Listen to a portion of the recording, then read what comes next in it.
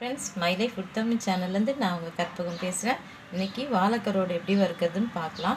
அதுக்கு நான் ஒரு கருவாடு எடுத்து வச்சுருக்கேன். இந்த மாதிரி வெள்ளையாக இருந்து வாங்கினா தான் நல்ல கருவாடு.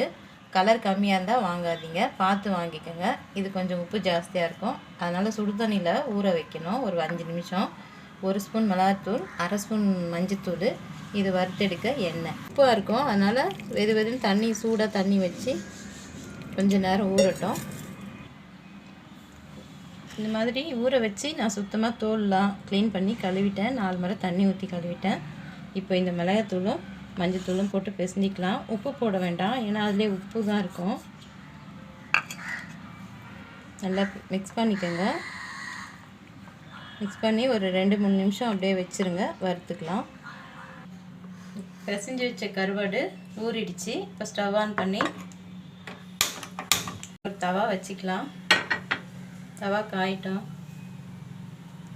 தவா காஞ்சிடுச்சு, எண்ணெய் ஊற்றிக்கிறேன். எண்ணெய் காஞ்சிடுச்சு, ஸ்டவ்வை சிம்மில் வச்சுக்கோங்க. கடாயில் கூட வறுத்துக்கலாம், ஆனால் இந்த மாதிரி வறுத்தா ஈஸியாக இருக்கும். தெரியாதவங்க கூட இந்த மாதிரி போட்டு வறுத்துக்கலாம்.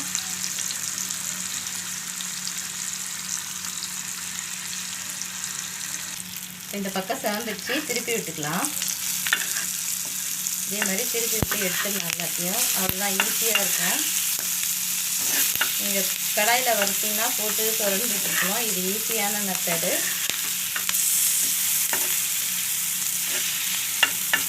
இது செவந்துடுச்சு, எடுத்துடுறேன். இதான் ஸ்டவ் ஆஃப் பண்ணி வேறு பாத்திரத்தில் வச்சு.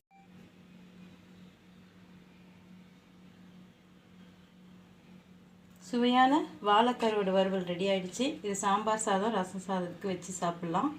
ட்ரை பண்ணி பாருங்கள். வீடியோ பிடிச்சிருந்தால் லைக் பண்ணுங்கள், ஷேர் பண்ணுங்கள், கமெண்ட் பண்ணுங்கள்.